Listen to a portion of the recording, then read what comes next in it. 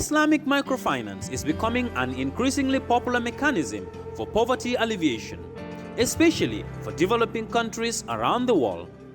This microfinance service adheres to the principles of Islam as a form of social responsibility. Yona Islamic Microfinance is the Islamic microfinance of choice in the Gambia, trustworthy and reliable. At Yona Islamic Microfinance, we provide savings products, current accounts, financing products in conformity with Islam.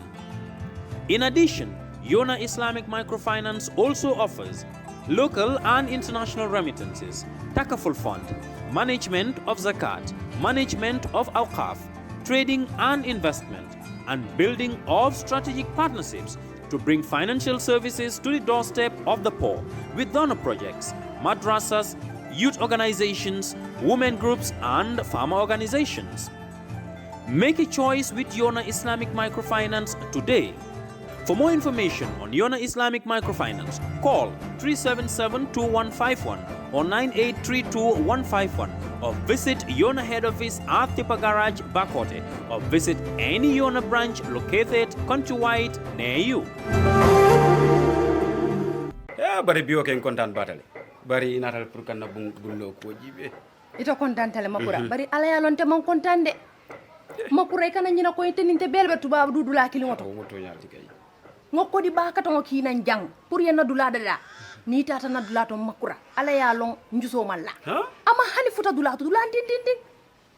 anu birite loro commencé woni bitema ama hani me no ama me to nyalom ke bara fonye mun muy la kulloti ndela kullu balu waldi balu way fo balu ko loro fanankel ikal loro fanankele nyin kunne soniata ta www.baluwo.com anim baluwo isela bulloran jorangol be sang anila kudula asatare mambata jorangol membu ko cementol kenyo babarol nil peruol woni nga nyon jamal tabaluwo.com yin jorangol be sang ila dinkira bado adungite batala je anim baluwo ifangole marate la kudula. Jamano Money Transfer Bureau de Change, your go-to option when it comes to money transfer. With Jamano, you can send money from anywhere in the world to your family and loved ones in the Gambia and be sure the funds will be delivered to them within the shortest time possible. For your convenience, funds sent through Jamano Money Transfer can be picked from all the banks and multiple other financial institutions, including Ajib Bank, Trust Bank, GT Bank, Mega Bank, Basic Bank, Reliance Financial Services, and Approved Services. Visit our head office at Bruceby opposite AfricMed next to Trust Bank Limited or email us at info@jamanomt.com. You can as well call us on 310-3050 or 310-3051 or yet still 733-0688. Our opening hours are 8 a.m. to 8 p.m. Monday to Saturday and 9 a.m. to 4 p.m. on Sunday. Jamano Money Transfer, your most trusted money transfer service where customer satisfaction is paramount. When you think of a simple, fast, and reliable money transfer, think Jamano Money Transfer. Planning to have an uninterrupted electricity and water supply from solar energy in the Gambia and beyond? Worry no more, because Solar Enterprise will provide you with the solutions at reasonable cost. We have experienced personnel who can install and advise you about your electricity and water supply with a warranty period. We have good quality solar products from North America and Europe. We provide services and sell products to individuals, organizations, institutions, private offices, communities, and government. These products are solar panels, batteries, charge controllers, inverters, water pump, water heaters, freezers, submersible pumps, and general solar accessories. Visit our stores at 48 Karaba Avenue and Bruceby Highway, or you can call us on 7657 479 980 8483 340 9400 or 635 9906.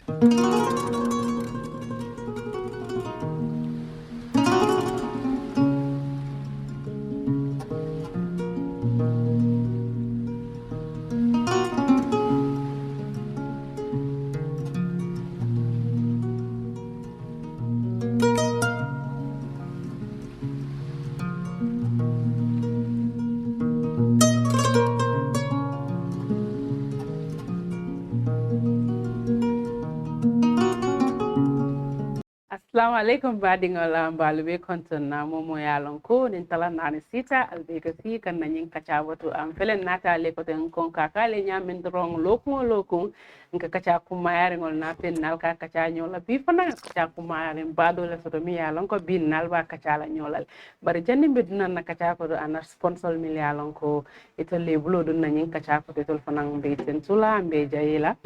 wolem balwote itol fanang be afale ko ya baraka bake ani yona forex bureau ani jamono itol fanang mo money transferality obesan na technical Charles na farana la timo itol lebe mo singo balam be bitin tulambe jaila ani na co host sali job nimbora sali balbe kontona pare na mashallah ni xamna buñ fi joge man nga ko jox oh ben problem Alhagi Bora kay ko suñu one and only brother gis nga ko tamit ñu ko nuyu ñun tamit tiaxane wuñ ko foye ñun te mu ngi mayee shine olof yi ñun buñ toog bu pare xam nga lu ma jaaxal si moom sax moom every time dafa mel ni comme daf ñu wone léegi dafa mag moom moo passé jean ak shirt ak tubéy di ñu jaay fi kilifa waaw ñun moom la ñu ndamee kilifa boo xam ne kenn xamul def xaftaanam ay petit xaftaanam yu slim fit ak yonoon tey mu génnee feneen mu ñe daf ñu may lii la ni Versace def ka sol ni be pare la mol malam bar slim fit le be keri man nekuma sumay sol damay sol loxo si nganda yoy comme ça american yi ndon sol non ak papi ay jini yu ponka time ñom Nelly and Kelly because nka jele ya mari memba ba anin 50 cent yol kamen do 50 anin tu pak lo den ko all I on tay sa plasta fini yes wala ye kunte mota ya lawti ye plasta na kini because Gambia jante ka dolje wol ka loxo sifal nen t-shirt sifal do anin fonko ne jinan jack lo wala ko sa ñu hana xamé lo ko sa bu sa nga la bu wax Alhagi Bora is getting younger by the day and looking fresher but skin me it's glowing bro can you tell us please thank you very much ya lu salamat dama nan ko is glowing nga nek na jël some supplement or what is going on I am not taking any supplement gis nga buga sa bop jalo lo dal nek lo de foye sa bop no fo su bopa day ana xamuloo fo bu bari daf la day oslo hanen kana nka men foye tulumba ka ki ne bu ka noro sot da ngay do de am leer sax do am leeray daf lay so moytul sa mun nga gatta fan mun nga am febar maybe we come to discuss about it nit si passé yalla amuloo dara lu passé sa bop halma den ke fankanu akumata bake topoto sa boppa amna ñoo xamne bari neen alal mun to topoto sen boppa definitely bari neen yére muñun sol dundé xam sa lan lañ wara solo amna ñoo xamne dañu nay nit nga topoto sa boppa dafa baax sa set baax na sol lu baax na nga xam lu nga wara def sa yaram tam baax na definitely altal jibe bi ni ko modole ko fa bi ñel fal be mu dimbayati yolti people will even deny you al doma dol fal bije fal siya bato wolte bi wol ye fanti nyale ni al nol fintete ba al ba fo le ko mer but look at you people yalo hanamadi inyantala ye fam bunya ye fal long ye fal respect ye fal bi kak ndafa modol be sa bi ni ndoko mo la am 45 years of age they deny me but kala batata mo ma nyol jibe yam bari ndol jibe well he's been to existence for quite long no patata mo jibe how many generation almost third generation no come foy xale yu bari fi nan yakanelen e ka dol je ke min nyami min bani nyin tulum bani nyin sabari bal be dindin jamale tinyaaja yep fon ningi woni lafta katinya hani muso laf katinya ifandundi kuwo kono mi alan ko is prohibited all this drinking munku malte kokenol tem fengalte waaw lena mo si mom buri na wax waaw you I don't know malala ko buka xam since he knows a lot and yaga nga dunda no feke nga mongo park bum don explore alame mongo park memorial is in my hometown where I come from abenna satellite mongo park nenta ngo balu wo manke mongo park la nani sante ma I forgot nta fono about the viewers may help me yale ka bo min nga nyim min belo you live in the society in the childhood friend ke yaaje so way dajew lo ak mom sen area started to drink dajew len yeen ñaar no parce que ka na Maria Dalosa yo Sena Maria yow nga ñu ak Kassa wax ko de non man dafa léegi moom man waxtaan bi daal ko wér Fatou Touré Fatou la non nga Maria ak moom wax man si leen neexee sax ngeen wax tase na yaay Shakespeare man moom gis nga du ma weddi man moom du ma weddi xam nga Fatou Touré of Kër Fatou di CEO léegi Fatou kum dajeel déedéet xam nga kii Kassa lan la si Fatou ma ngi lay ñëw Kassa lan la si Fatou Kassa amul ko sax kii Fatou la déedéet xamuloo ko ndekete nu nga yaaga fii xamuloo ko Kassa yaay la si Fatou doom la si Kassa man ma eeg si kaw Fatou moo ma natale lii Siré mu ngi taxaw Siré bi jee si boppam moo la ne Kassa dafa daje Maria ko Kassa ka ni Maria de Los Angeles be tale ndim primary school ko kala kay ko man ñemeñu mako oluma loolu noonu gis nga Fatou suma yaay la Fatou is the CEO of Kër dofuma sa ma tuumal ko yow yaaga laa tuumal Fatou amu ko war wala ndama tilo degal bala wala na mo ni da siata hani be tonya ka molta lalela Maria wo muso min ka ke mai ko amanka da siala makina ya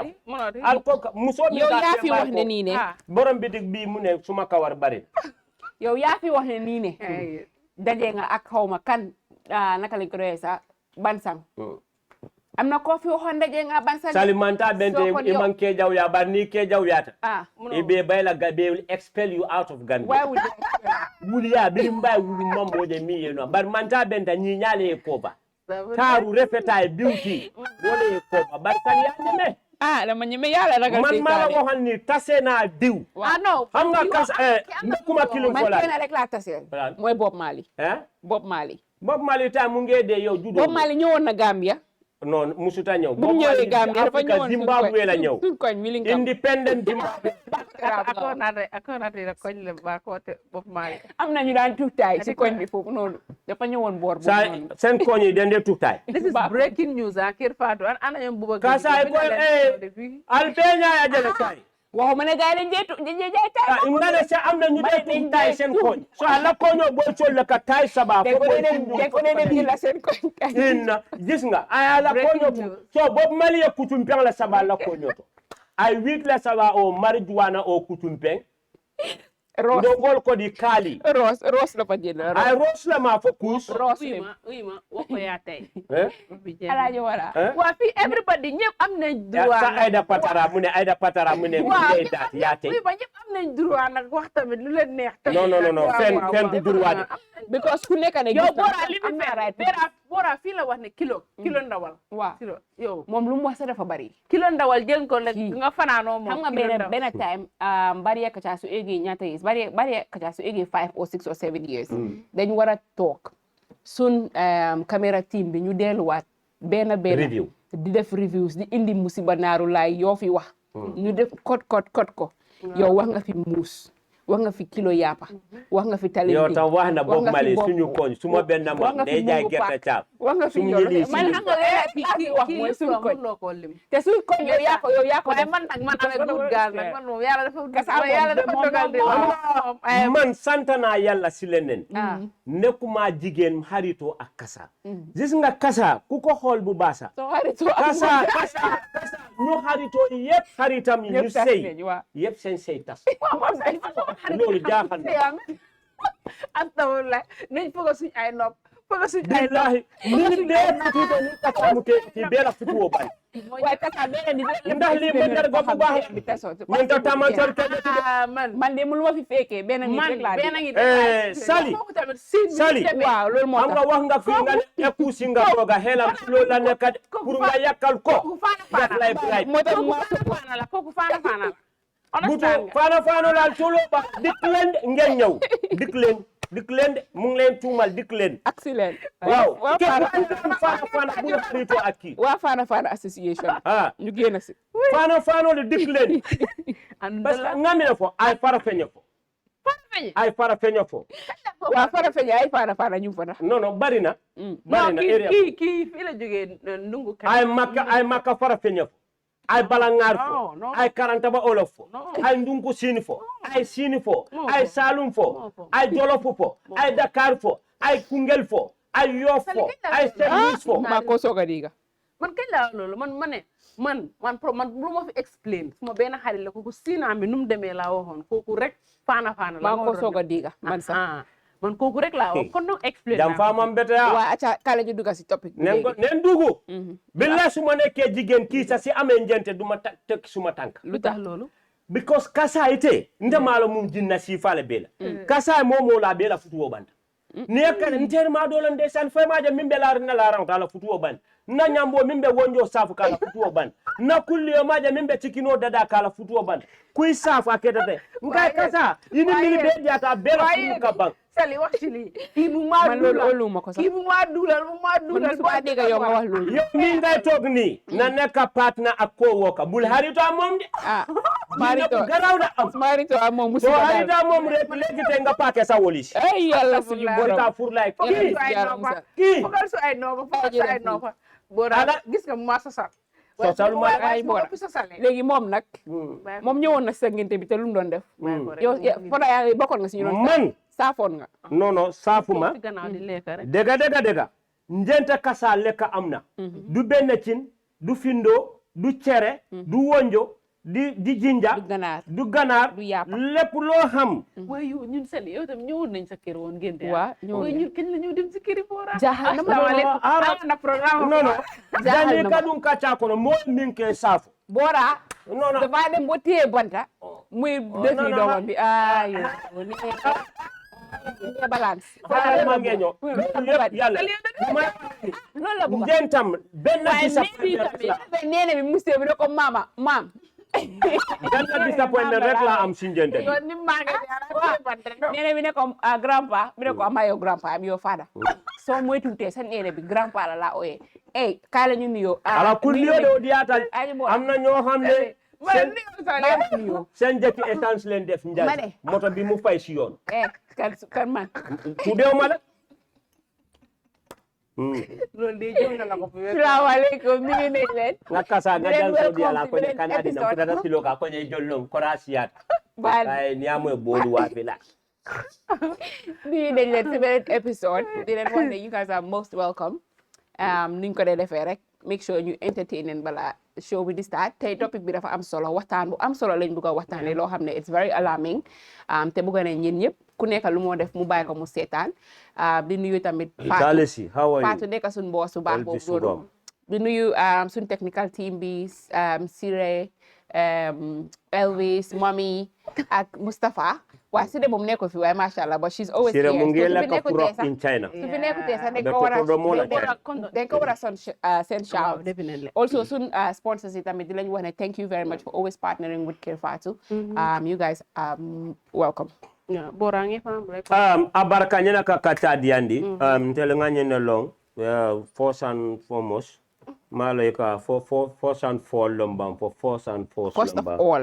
malo ngamra it was one time trending in Gambian social media mil ka fo ka mol ka fo first and fall or first for force correct first for force yo first for force ngamo be tentu first for force ngamo be tentu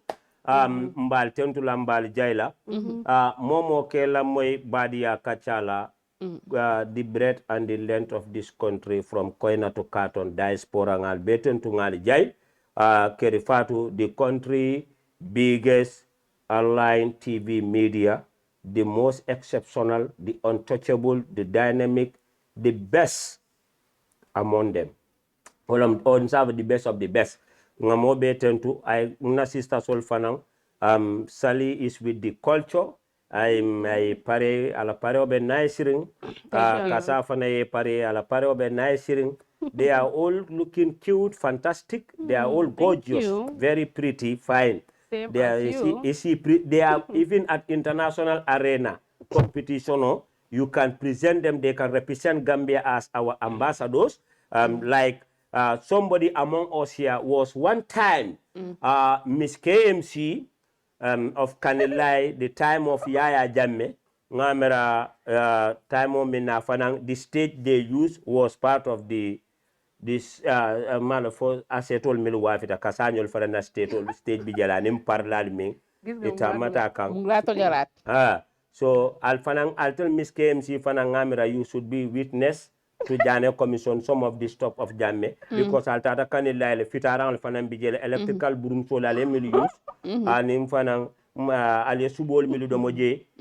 nin sol nin fen ko tan alfana you people are attest to some of the fact in Kanilai. I think the commission of inquiry need you people your image. So ala baraka nyana fanan kadiandi mbe mba kutunyol be konton na Atlanta alana Georgia nga ali majata nyol konton se kumare na nyol and na molbe trade fair minketa yonati the enterprise ngeten to ngejay yona milialon ko waleto they are the best and accessible easy to bakelela waleto is very friendly brand ambassador. Yes. And the only brand ambassador but another best brand ambassador. Can I already have a coupon because of your No, I don't have a car.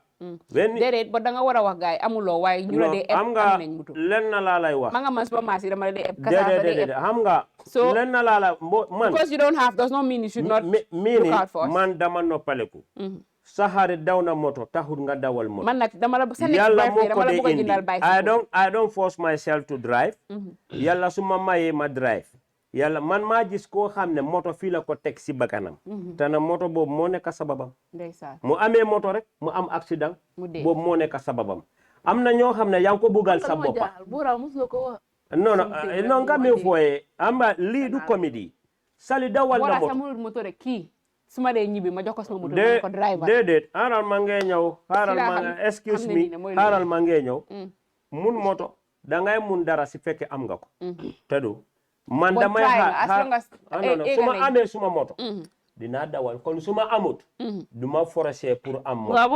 yàlla moo dee jox moto moom moo tax man time bi aw ma moto am na ñoo xam ne dañ dee am moto ñu dem essentiel fii ñu ne $50 lañ def si moto parce que kii lu ma xaw ma ko man dina dawal 6 lane la may jël fi na wax ma yow déedéet waaye man nga nekk di wax déedéet am na ñoo xam ne dañ dee am na ñoo ñun dañ sa foofu moto bi fay si yow gaaruwaale balaa moo saf nga jaar nga joxe boromam te ñëpp xam nañ nii ne uy ma waxtaan gi day saf dama taxi rider sa judee jël fi waaw loolu moom ñëpp xam nañ ko dëgg la $50 essence bu nga taal sama moto seetal iblis abi ne lañ wax yow kay yaay Kassa lañ ubbi suñu topic bi ñun ñu dugg si programme waaw Sali léegi am na lañ dugg dégg moom tam lii tam daf dee neexal programme yi waaw talum ko dara fo ko talum ke confirmation ka subhana lay Alhagi Bora so na programme o yele ba please Sali waxtaan Kassa la kada ATM moto na ka to dundi camera kana 100,000 521 satangun show bi let's get into it ngata ya kuda ko nga soke ala baraka bake mi baraka kacha di en le bi nga kacha one family del buka kamfa akumaya ta bakale Sali bi la saka kacha mi Alhagi Bora nga jele ko HIV AIDS al rate na nyimbanku kan Alhagi Bora kan ne baba telefon lolu nga jele ko al rate sele Alhagi Bora mol sa mu nek Alhagi Bora pour que fango protect ñing HIV AIDS bi la ko wala kacha nga ñoso hakilo la ne folo bulay folo kacha bunda dayele o karnga le dabe mun an yalo alekto biko nin nati dang akumata bakele ñi manke ñinti ko you need the presence of the medical expertise or their effort or their support. Nimo fenete mi alonko is a general advice. Membe be makwela. Abe banko makwela. Han minte jamolta be makwela. Abe lamorla be makwela. Yemen for ko AIDS. Malon fe ka fo la ban acquire for immuno malo nyadi deficient malo nyadi syndrome this and that malla fi ka duwo be ko acquire immunodeficiency syndrome ala aka soto nyami yo yalon es la ko adiamo siata bak modol ba fo la es soto tale dol ba fo la es man soto dol ba fo la AIDS is a man-made disease in the laboratory of Western world this and that ya bankolu tumile amanjare nga regional to for to give a specific country name or whatever bari nimme fane kawandila lamoy yeduna dinko lamoy you listen to some of the scholars and preachers e kamune fo ko jamano nim fornication ni adultery siata tulun siata mole tulun ke comme ça lunna quality akete bulu fenneti nin alama nim na manta mambe courant be jila na mi yalon ko molte courant nyen kam ngamo kawandi la jamala ba fo kay call them scholars ngamo mo jamala fo nga spiritual mo le miliya fo ko jamano nin tulun warata wala dunya ba futala tembo do to courant be jila na mi yalon ko abe jonding bulo fala molto courant kalangalon na anda be kele sata courant leti bawo nyamo sata courant ro wala courant min tetula ima jarano ima kalanno tubabol they call it terminal disease or deadly disease the word terminal disease means deadly disease wala ntala man ninka kanto sata courant mi ta jarano la ima kalangalon jarallali ay mirala nyanya français ko sida solo su soko den kilo la almane manin ka farkelay ako doctorol ye mira la nyawnya ye londo nyi ngala nyawnya jara la le londo nyi na la nyawnya imam kala keno sida la ko sida manni sida man beteya fereng moli ya hakilo tu fanto ye mako mol kany memfo kawaso dun janala bar ko bitinda tajang kapo dun janna mentem poto nyi nda mbuso tajana empty bag of rice ice mbuso dun tajana. It's all nonsense to me. It's not. The best thing Monyanta Minke, Ntel Mantar Sirinjang to promote sex. Mantar Sirinjang. One thing you have to understand is whether you promote it or not, it's human nature. So people will still practice it. Come to Kanale. Yalong, if ma continue to intellectual, we are not professional. But sometimes you need to be professional what you are doing, and you need to be very careful. Memo problem some of the viewers milike sometimes they have fine body but they have brain problem. Model bije nibe diam ke ma analyze. Some people are completely critic naturally. Dol bije ma understanding so. Mantar jam pour katulung promote. But tubabol kamine for prevention is better than cure. You take precautionary step. Nitata metal workshop. Yet fonko ke woodwork school what we call the precautionary steps Enyanta Kamil used to avoid endangering your life, to avoid things that could be detrimental upon your life. You prevent first before anything else. So you use bang. Stick to your partner. Ntaman na jang kamemfo. But nite ko sometimes dolfal bije model bije before they become player your futu. Dol bije no futu tale ka halaki. Dol bije will tinatal completely. Dolfal bije manke ko because of they are married or not married. Model bije wol kai hani yurukunto ne sipa dungala yedo minka dungala. Isi dentai. Hani karalal kanyun dom tubabo minta ka fian dungala te. Dol sa chesi. Model bije hani nyunko krala nyunko na su moje ba kala jele tata ko mo nyandel mbe kachala kulubaliade barkasa min kum mata fam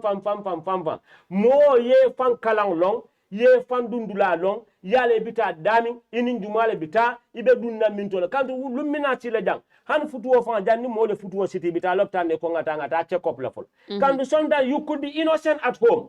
yeta be mo fe mi yalo ka han wulo nim falo nim bala ni be la some people they do it. Yes. Yeah. But some people on social media,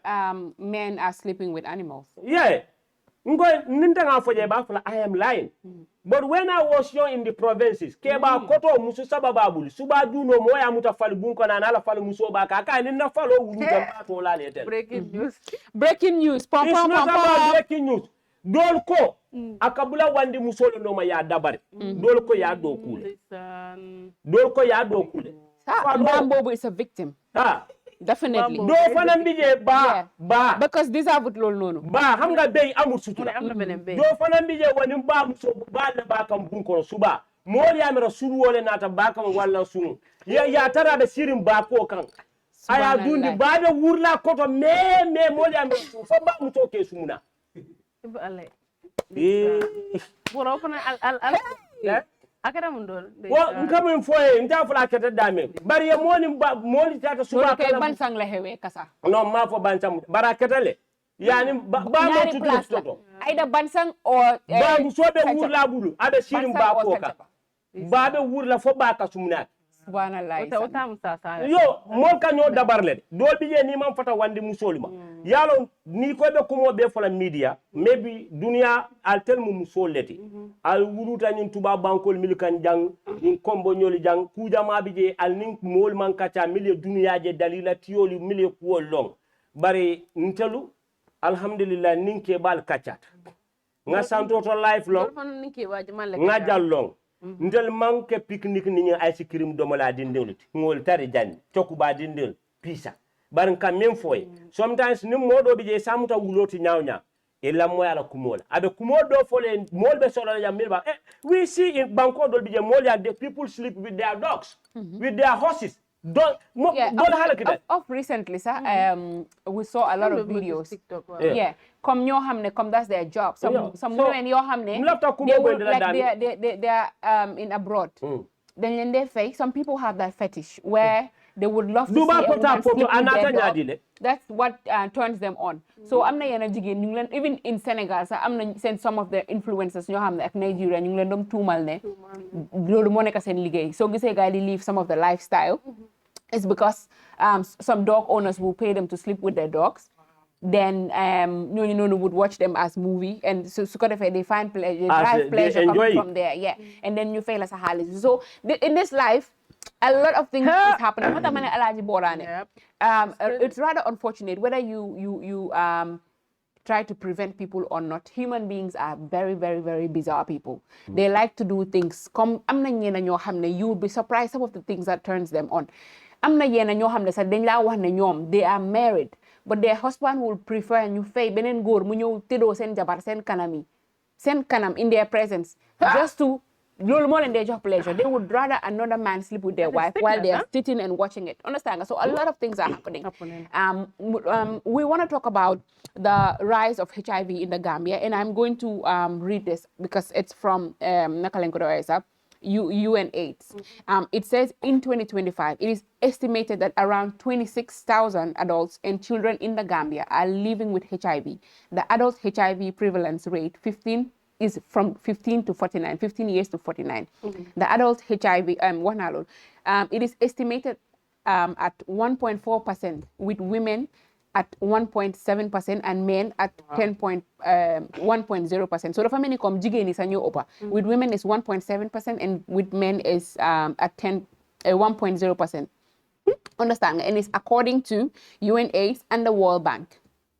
So Alhagi Bora, this is sad. Now imagine the population of Gambia. So you want to tell me 29,000 people ñoo xam ne they are active in sexual intercourse are having HIV and AIDS. This ñoom lii lañ estimate because lii la gaay xamaango ne ñoo dem def test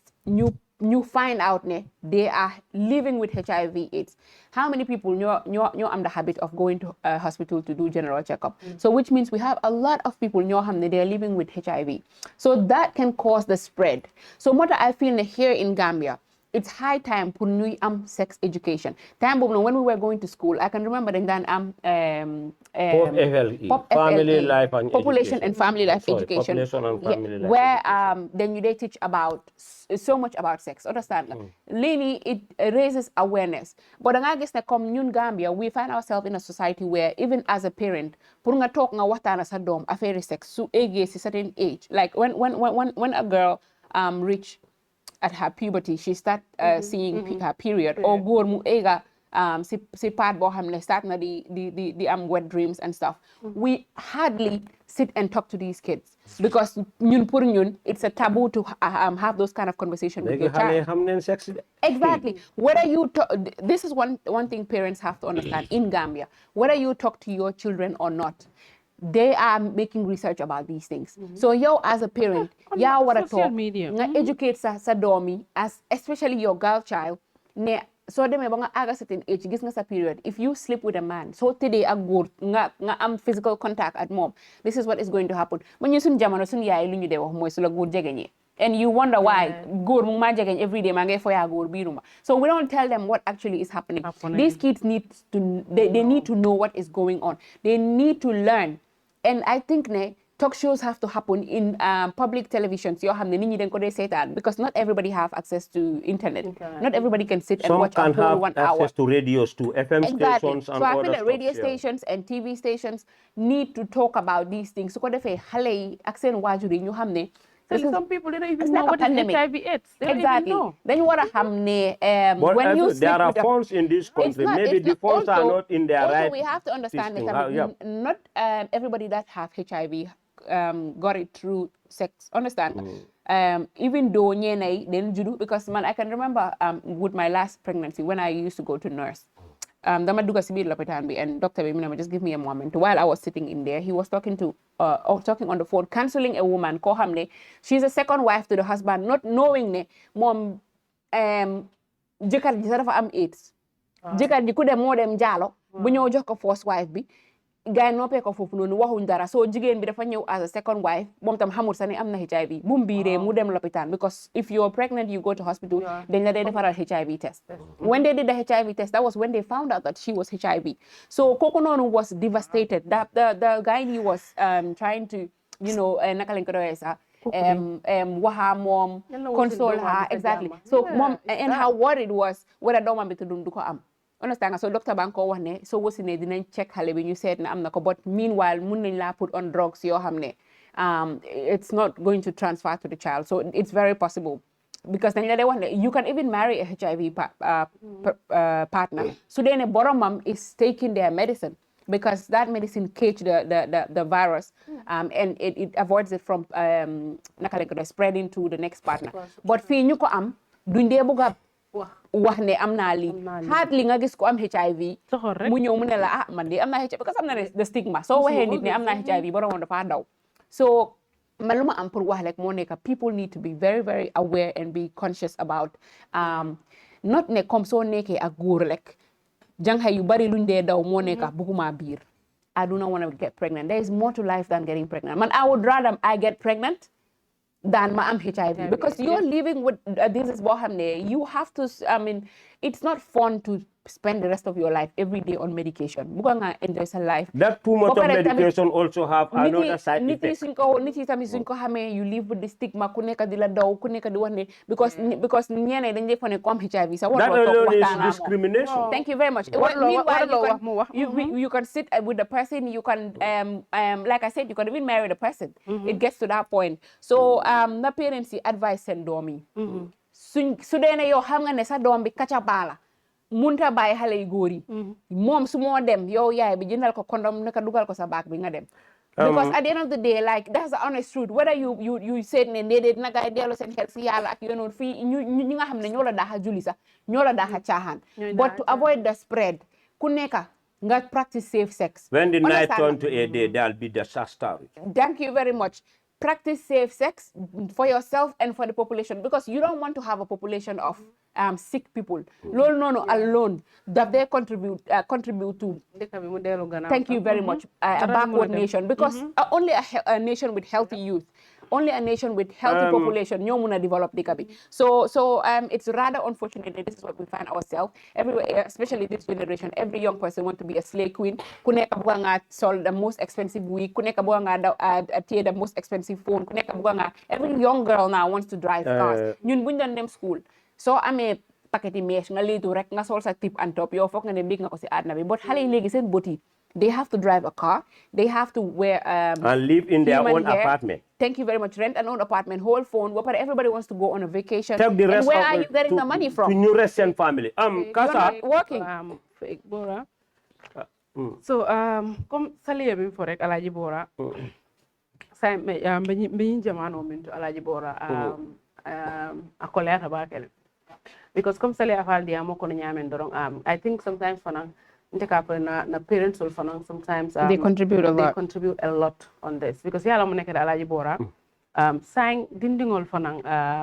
pour ni la parents will pour communicate aka kolea bakele modol be je ko ngomale pour ni la dimbaya le communicate ando dimbaya mu fenete mi yalla ko Alhagi Bora nin dimbaya be bulo ko ima nyina ka ngoma pour ni la dimbaya communicate bari say me ngi jamano minto dindingol ibuka communicate ini la parents will buka communicate Alhagi Bora saya ka dindin jamal leje Alhagi Bora banta ite fongo bama ikalo ne ko nyin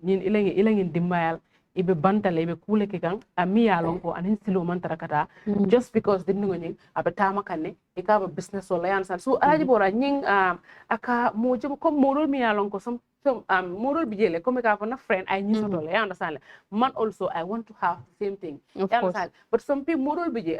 model bije maybe ibake kanne me imalong aya soto nyame comme ye kasaje femba bulo kono ite malong kasaya so maybe in your head you were just putting there ko ha maybe asale anin kelila also so I'm going to do the same thing you understand ite malong kasa ay nyinni soto nyame so wole fanam ben na nying na society tinya kam baka you understand ite kare ja tamata abayin sa ta bala business wala andu maybe that guy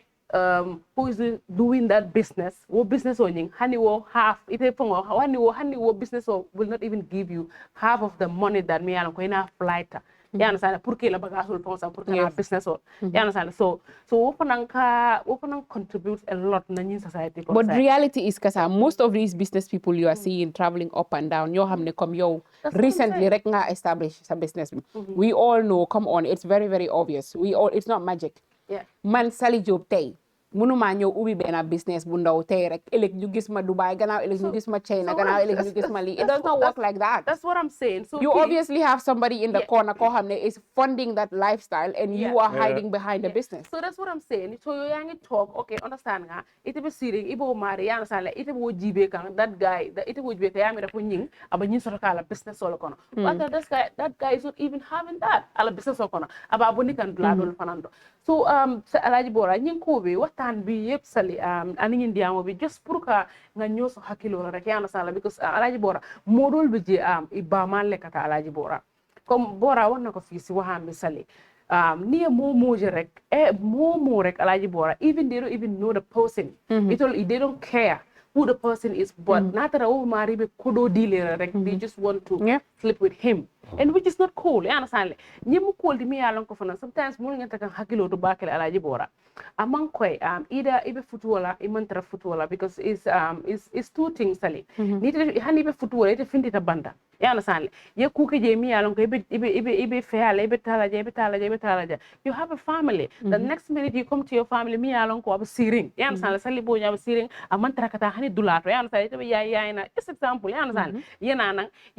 yena wotora comme sali bi fa diamo ko ja ñi malong this trauma jibe amin kete yu musula ite kono betela so you understand that realize ko because look it and tell be wulula ni tara je obviously you have to do well that model Kassa ko tamit luñ dé wax you understand not everything that glitters is gold yow gis nga goor mu nge dem jabaram yow nga ne da nga bëgg ñëw nekk second wife it comes with that if you want to be a second wife you have to know ne first wife bi dula wax ne suma jikar amna HIV so if you want to come and join me let's come and we enjoy the money enjoy the sickness enjoy everything together so this is the problem you understand so for the Gambia here sali people duñ dé bëgg wax sen feebar that is a problem da nga gis nit ki yaa ngi da mom suba ngoon bu dé ko ci ki mu ngi ci feebar bu garaaw sa people they have unlike South Africans I do see a lot of people on TikTok South Africans ñoo xam ne they would be doing get ready with me on TikTok while they are taking their medication and they will tell you I'm HIV positive, I'm living the lifestyle. Come, they open up the new law when they come in those countries, South Africa, Yemen, Dikai. Buying your HIV medication, it's just like buying paracetamol. Come see Gambia, and they normalize saying them see pharmacy. You know you're not ashamed of saying jama paracetamol. So for no, it's normal. It's people HIV. It's normal to them that you just go randomly and tell the person I'm here to take my medication. Kassa. So why fee then they am send bopa because of the stigma. People sometimes danga fever so people will start bullying you la bullying or the on ki am lo xamne comme HIV so people they even have in their heads they go I'm HIV AIDS so warlo toga mom sa di waxtaan and which is wrong why I think sa tamit is high time nit tam so feebaré tamit nga bay sa xel ak naka ngay bul role society bi yépp yow nga xam na yow feebar na but anybody with HIV most of them they feel angry then they feel ne nit mo la ko def so yow tam dang ko nekk di spread and which is not fair. So because yow yaa dem force for bonko am why not just stick with it bàyyi xel suñ tool affaire bi neex na trop sa waay bàyyi xel tamit neex na torop ani man numa bëgg a wax neex na bi wotu je affaire bi neex na torop tamit mus naa gis koo xam ne naka lañ ko doon sax you are having sex nga am pleasure boo xam ne 1 hour yaa ngi am pleasure loolu amul fenn muna al sabari al bari ko say 1 or 2 minutes nga dem sa yoon bu leen dugal seen bopp 1 or 2 minutes is not worth your life it's not worth being on medication for the rest of your life nkanale mo kane fandundi neex na ali neex na tuje ni yow neex boobu loo si xam yow si dama fa de no I'm just saying so dama ndi ba fonela nganama Kassa mo wax loolu haral ma ngeen ñëw nganama neex ñi ali neex ñi muta je doro neex bi di ko exagger anybody ku have that neex tip di neex in your mind yalla lam ne nganala doro yalo mbeda min fokan ala kumol betata back sali pointo dole ma ani pointo dole ma ay hakilo ay def ma helal dal ay hakilo sambatula jamal yaje HIV ni ba katala manke ko everybody that has the disease or have the disease amari mutulunality mol nyanta ko these barbing salons mol nyanta ke put into consideration lanceto lika some family doli je they are very male ka fo nyaadi ika ko neglect bakel even salon nkana doli lesita lancet clean ike din nani kumuliyal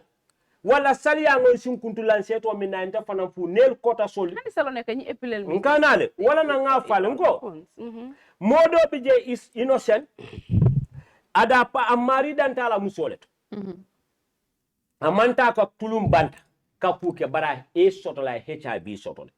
so nimbe diamulala kafo koko education is very important for kasi media platform to thing TikTok kal milka to suri be nyo kala e be nyo rambajla e be nyo tinyala e be diamla there are things me alon ko right now is hampering our society and our society batandile and natar ko you are a living being on this earth alon ko you are not imang escape amanke ko kafo ko having contact sometimes you could be innocent yeta babin salonot amala fel sterilize amala fel kuning fonko le kanyi alcohol chemical ol mi use anin fen ko to ay mo shape ay abarama yelo tar o bala ito fana tar we HIV sotol ay bay ko yele ni yele la ma nyola e ka kurani e ka absorb wala kono contamination o nyin kana wala kono you call it sexual transmitted disease. Kuran jamala fana mbije mi aloko you can isa soto no only HIV. You have lot of kuran sickness mi alonka sifa nole while su tulungu na ya sima. Wel fana mbije le bar ni nata HIV la site fanana. Modol bije comme ça salika nyememfo. Muso beta ike mala kata tulungu wala la muso la kata tulungu asana tinola adile. Eka mol di janna mili alonko ke tulunna lomwiti yame enindindil bita Dubai eni bita Turkey Zanzibar China dulal beto ye digil firija Senegal sa eni bita dulal ni nata ye bitikindi yelo dindiwli ite kiliani jela ada bukake min kante jakal sali min fote I am not against anybody doing your business but nka min for sometimes nka na brain ne use mol be nyun nala di ka kew min jani musol ka yaay duniya kon ine iya yaro na tulu ani musu jolle ay bitiko yela musu jolle ani musu jolle tita duniya kon ani be yaay ka because ako kono min be ditala ka bitiko yele hani min te bitiko ti salo felente banna salo is fast approaching meso 75,000 Brazilian hair Argentina manna Mongolia manna China manna the cheapest is Africa samato manna bayo manna anda manke ko we are equal on this earth never mbete kenola nito ko molte dan na Kassa ibe batalan nito ko momo ndiye min soto eta ba sotolal ni ala mela manta be bita sexual transmitted disease le sotola mi yalon ko thousands of people will get it from you will be sleeping with different people just for your financial gain ibe courant sotola nin salo min kana ten mojelle bala hajo tinyal isi kewol so courant la adu wo kewol fana bita dila musu dolle la wo musol fana bita dila ke dolle la mol ye hakilo tu fanto this nonsense social competition let's try to deviate from it and get away from it and do away with it this life ñun dunya bi mada bi te ñun dunya banda kubuga enu aduna da ngay sonna ita ku kera jam monene ma minke ita min dobola monene ma minke ita fembor ndila monene ma minke bar Gambia nta sila bake nunto malo min be Gambia ni findita bi niembe do kanjube ye musoje bondin silo kan ye musoje fenerin silo kan ye keoje fenerin silo kan mol mam malor soto bum kotol kono polol bala moto kotol san ferayol be sikale bar wotumo nyim moto kotol kono bum kotol kono polo ndama fa na bakla nyin kuranta fo la fanan kaken ni dada nyin filo min beto suto filo to dan suto mol ko katar moto nikin la moto katar lori moto be jiki jakala moto te bord yenyu ika moto min beto lori filo ta be musu kulal da katara ko be nyo musu kulal ngam ne katara moto ni ba nikin aka fo le bakstan mbatu ban fi fili anga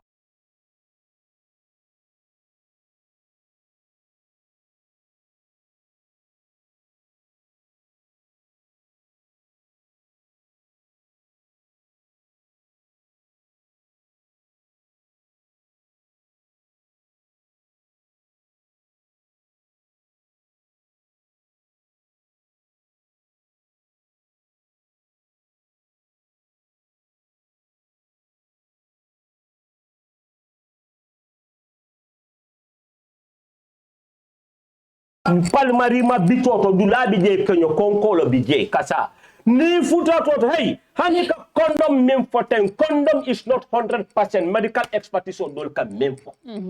it's not 100% ni futa to kasa ikebulo le kunte ka fola aduna tukina dunia but do you also know if some of them don't even know if you have an unprotected sex you could still go to the hospital and you just have better medicine bo xamne soko jele it prevents you from contracting HIV and unkanade ni futa da palmari madulabe je bichoto nin kenyo konkondi lo is a kind of small hill sali ni futa to be bulo la le kuntole how do you know about how did you discover the hill just alabi unkanale Bora the explorer so domandi it's not about adventurer it's not about explorer it's not about you are a researcher or whatever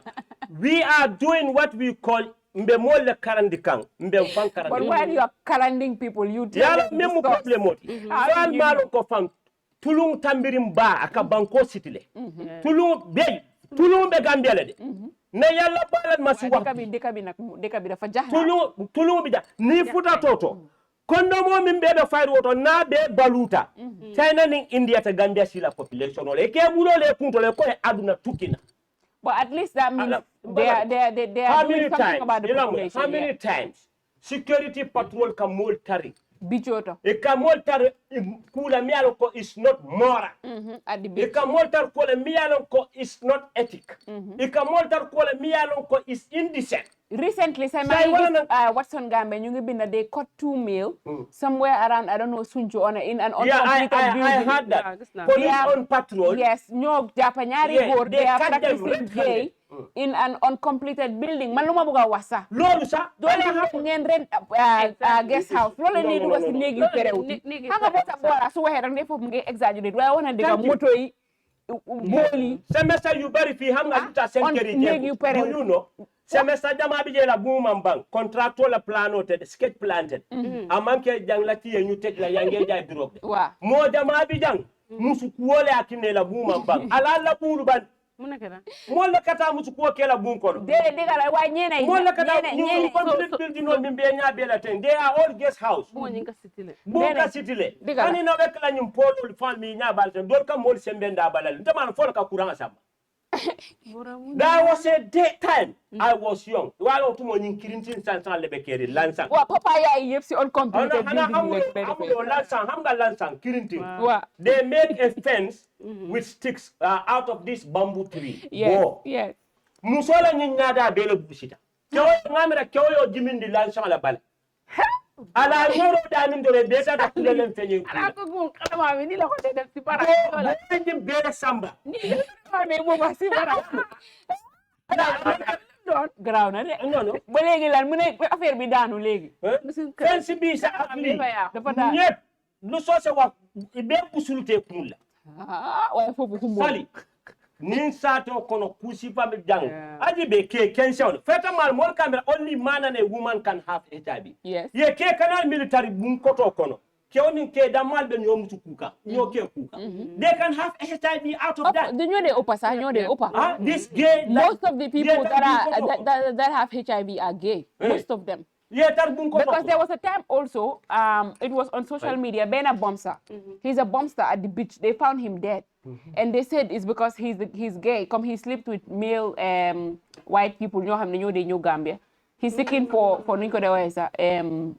money they tila ñoom for money and they found him dead at the beach and they said it's the cause of death was HIV so Alhagi Bora a lot is going on a lot of our brothers ñu ngi si bij bi tey nekkut ne day ay gay leen waaye poverty moo leen dugal si allowing men these white people to come and sleep with them simply because they want money it's rather unfortunate nag but this is what we found ourselves and something must be done dika bi comme ni nga ko waxee rek lu bari mu ngi dox de ku jamal be kérin de ku jamal be kérin sali soo demee sa si lopitaan yi léegi xoolal nit ñi feebar yi different feebar nga fekk different Alhagi Bora sa sifa bi but they also have to understand mol jibe faari lopitaano to ñaame ba yalo ninta mina wo site la aside from HIV tamit no some people are having all this naka lañ ko dee sa herpes some are having gonorrhea some are having syphilis there are so many other type of infection yoo xam ne soo ko amee you might not have HIV but it's not curable you can treat it di nga gis ñeena ñoo xam ne dañ la dee wax dañ am soccet seen soccet yi si fox lañ ko amee nga nekk di foyaaki foo fekk ñu ngi okoti seen private part understand nga waaw am na yeneen infection yoo xam ne danga ko dee amee di nga faj ba soona naka lañ ko doyee sax how do they call it there's a word they usually call it understand nga danga naan garab bu jinne bu garab di ko naan bu garab bi jeex nga ñëw am beneen feebar sax si naan garab bu yàlla nga ko ne wér nga demaat rek nga gis mu dellu si waat bi je ntebe la flaka diamoto sali lafta nala dula do fananto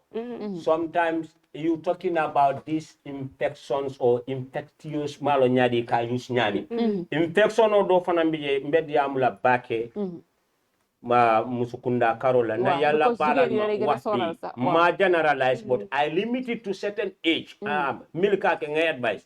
musol fanan sen wujante bi ak US ak mil fututa so rofeli so nane li ni milkatar sirin TikTok ebe fan be wafila most of rock you know I don't think it causes infection I think what it causes mainly is cervical cancer understand yeah and yalo nyajam ba fuofana yalo was cervical cancer is also deadly yes infection bang for fende cervical cancer in infection o yele nyada maybe infection o could ñene tabale they use dan savio yalo tabal ni ñu fen ko dal bar bi ni si la so do mande ni man bo jararuma jonge bo xamne dama res ma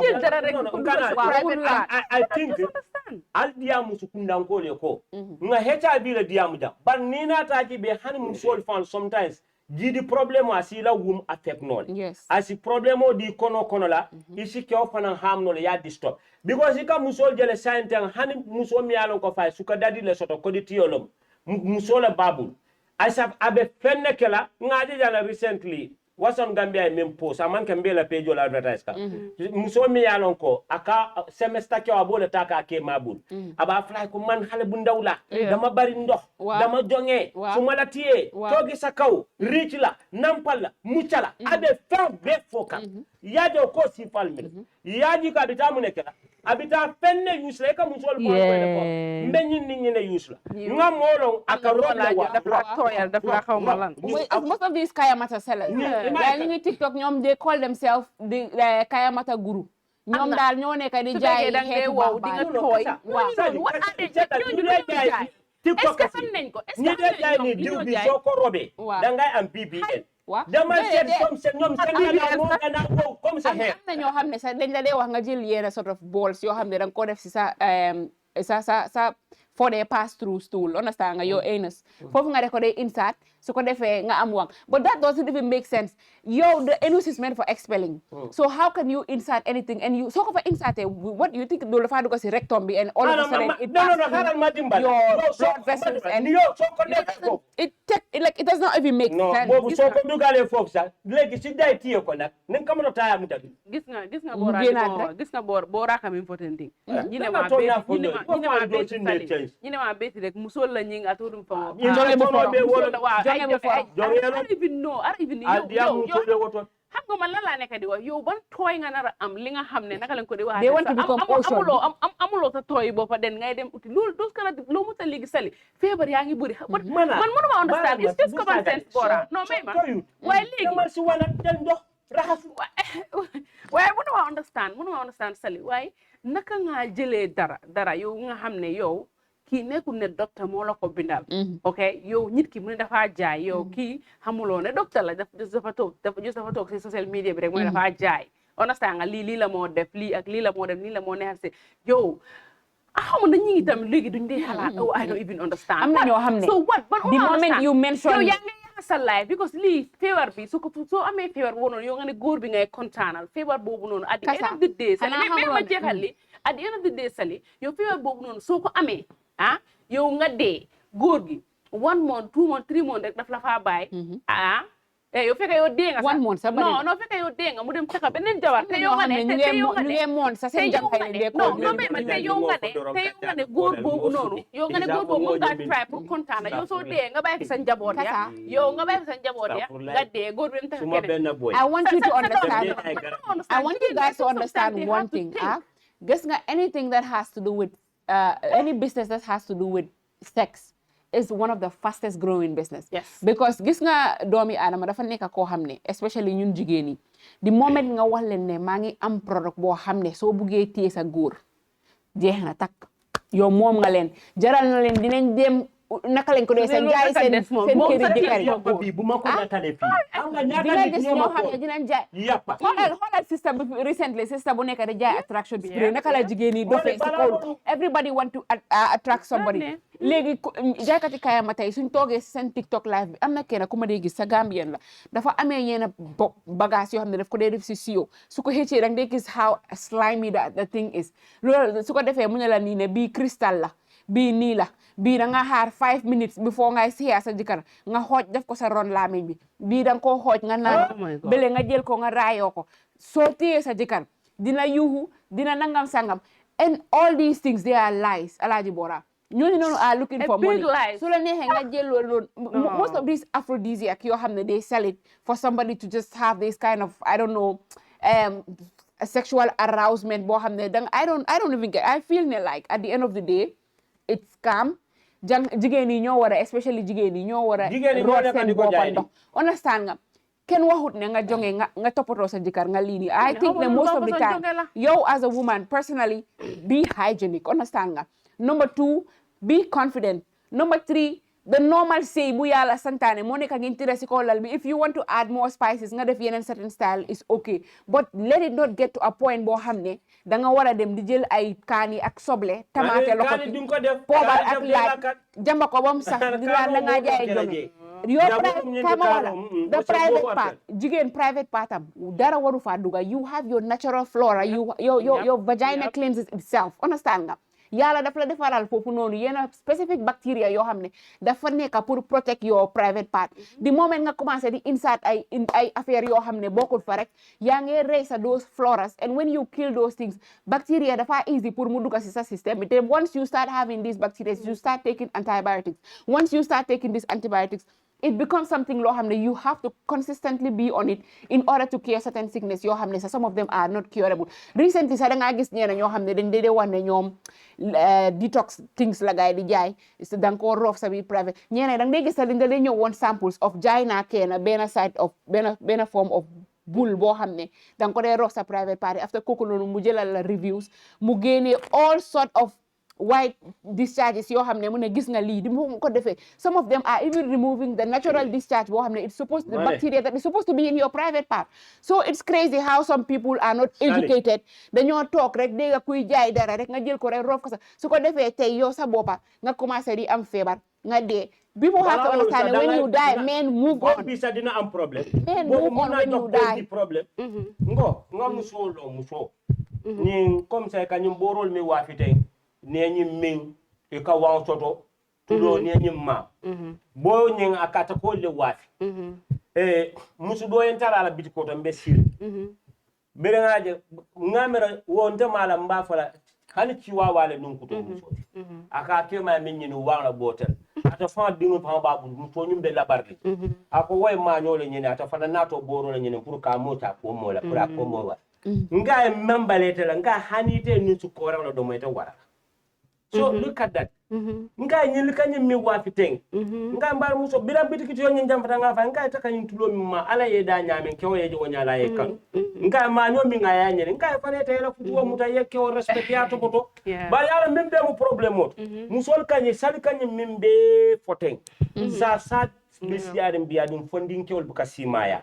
Kasa bi niaji baby ko sankete dum ta social media. Kunu nabe kachaka bi fano kete yala kibaro mo. Musu funding kewolu musu dindulu dolu jidi dulay ka problème so aneka ko de soto. Kasa amanke ko funding kewol ye hakilotu. Jama labang musu kuo ntanena mamoje me musu kuo ke bira pareta ya sikabe lora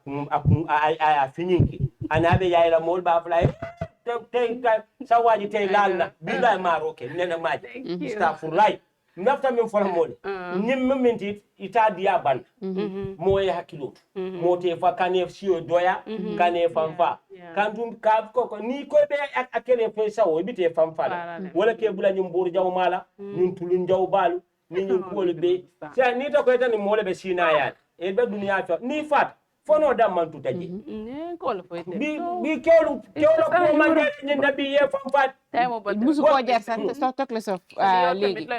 man dal luma am pour wax mo neka let everybody be alert let them be aware of their surrounding nit ku neka dal so gene tay nga ne sa bopa day tay 5 o'clock dama am appointment ma ngay dem fekk ji Bora ci kiram dañ am combat enul wale sa condom bu correct bul dem jënda yu ñu jaay dara dem set génné suma tour fa ben set bul dem jënda gay ne Chinese made yi ni dama nga jënda yu baax ba léegi sama xawa toj understand nga waaw jëndal bu baax bi mané yeen nga dem to na ne léegi dafa dé toj wa te Bora mu ne loolu mi yomba yi te Bora mu ne loolu Alhagi Bora man lay laaj man ci biir dëkk bi laa nekk non nga ne Chinese made yi def dé toj waaw moom li fi explain ñaata yoon ngeen yaa ngi dem si kuwaare bi yaa ngi gis yu xar yu nekk foofu condom yu xar wax ma yu xar ne joor laa fekk waaw joor yo jël ko bata am na kër boo xam ne soo xoolee bi dem ko toj waaw parti dafa bloc nekk tey luwaas kër luwaas la de condom yu ñoo bloc foofu dem toj sokalé bi man dama dee dem pharmacie su ma demee gars dañ ko dee display am na especially there's one particular pharmacy when I'm sick where I used to go to kooku doonu si shelf am bi moom dafa mel ni comme first section bi xam na ne dëkk bi njaaloo daf fi bari condom la fi def da ngaa gis bi carton bu red bi carton bu blue bu kenn dafa ñëw jënda maa ngi tofoo dafa rusa ñëw jënda mu ngi taxaw rek mu ne docteur bi ne dama la soxla kooku mu ne ko waa loo soxla waxal mu ngi taxaw rek bu ko wax parce que dafa nekk di rus you know after mu lay kooku noonu rek docteur bi tam war na am sutura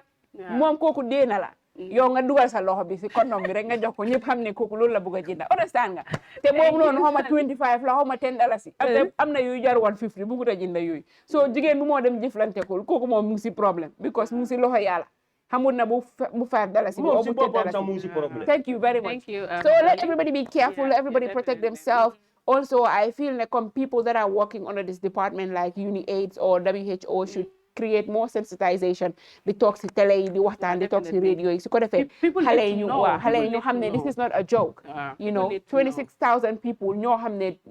ñoo demangum it's alarming su ma la waxee ni most of boo xam ne dëkk bi dafa ndaw gis nga most of the people am na ñu bëri ñoo xam ne sa sali so la waxee ne HIV AIDS rate bi mu ngi egg sa in Gambia fii they will not even believe you know loolu lay wax ni so I think it's high time sali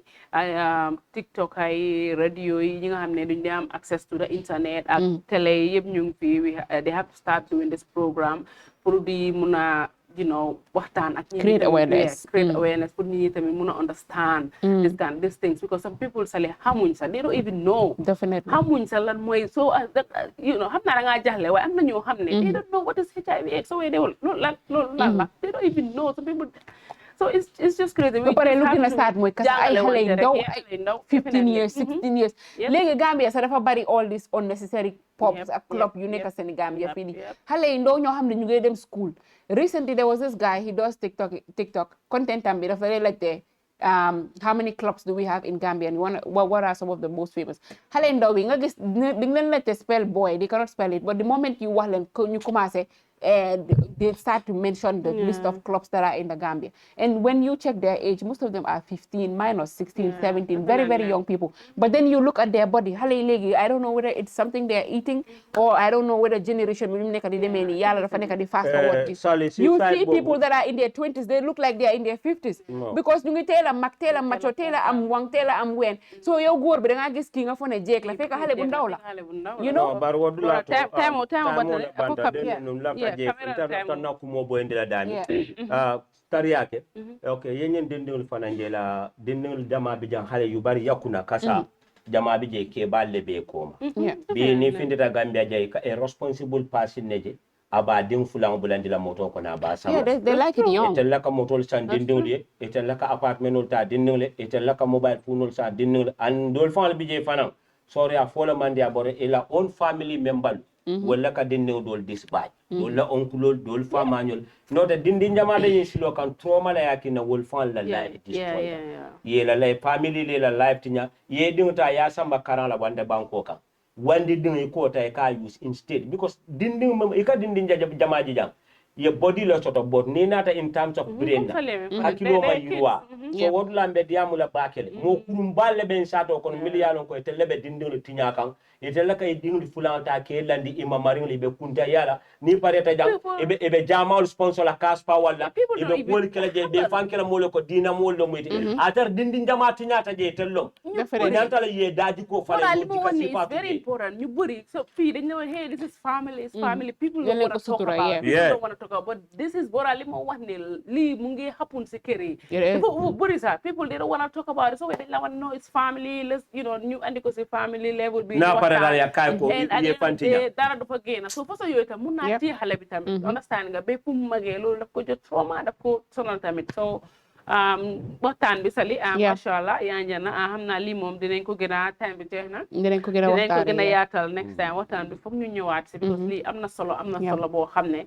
lii tamit dañ nekk di waxtaan ñu ngi mayante xel ak ñi nga xam ne tamit ñu ngi ñoo seetaan yëpp loolu Alhagi Bora baraka bake kacha kumaya bake alam fo lokum ko ting thank you everyone that is watching bye see you guys next week thanks to our sponsors bye technical team.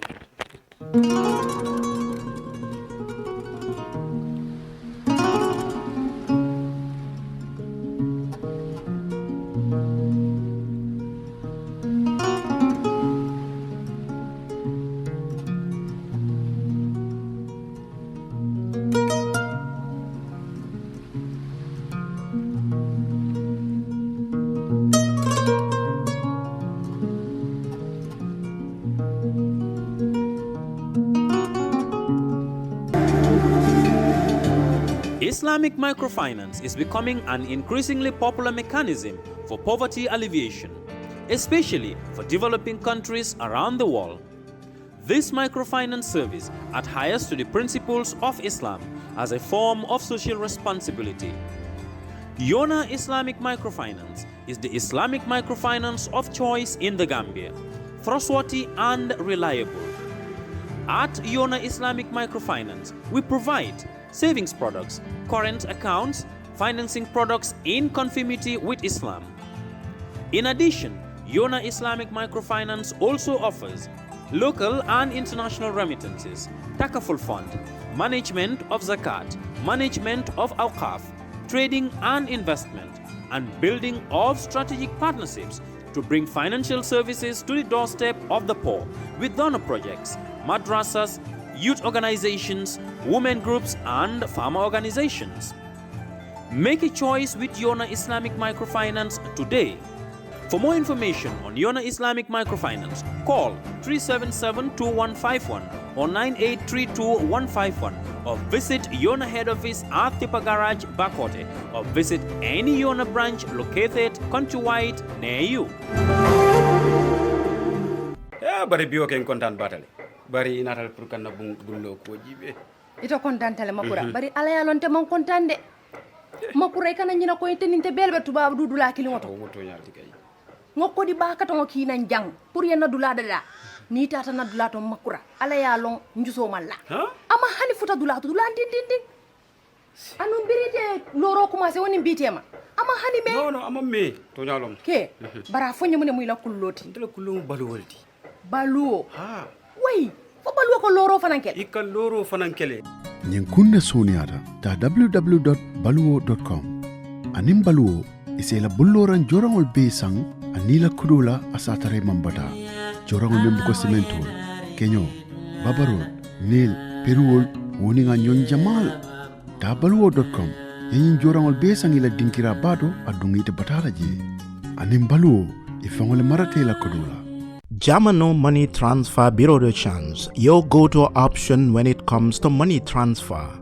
With Jamano, you can send money from anywhere in the world to your family and loved ones in the Gambia and be sure the funds will be delivered to them within the shortest time possible. For your convenience, funds sent through Jamano Money Transfer can be picked from all the banks and multiple other financial institutions, including Ajib Bank, Trust Bank, GT Bank, Mega Bank, Basic Bank, Reliance Financial Services, and Approved Services. Visit our head office at Bruceby opposite AfricMed next to Trust Bank Limited or email us at info@jamanomt.com. You can as well call us on 310-3050 or 310-3051 or yet still 733-0688.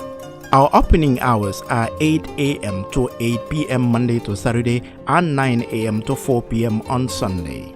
Jamano Money Transfer, your most trusted money transfer service where customer satisfaction is paramount. When you think of a simple, fast, and reliable money transfer, think Jamano Money Transfer. Planning to have an uninterrupted electricity and water supply from solar energy in the Gambia and beyond? Worry no more. Because Solar Enterprise will provide you with the solutions at reasonable cost. We have experienced personnel who can install and advise you about your electricity and water supply with a warranty period. We have good quality solar products from North America and Europe. We provide services and sell products to individuals, organizations, institutions, private offices, communities, and government. These products are solar panels, batteries, charge controllers, inverters, water pump, water heaters, freezers, submersible pumps, and general solar accessories.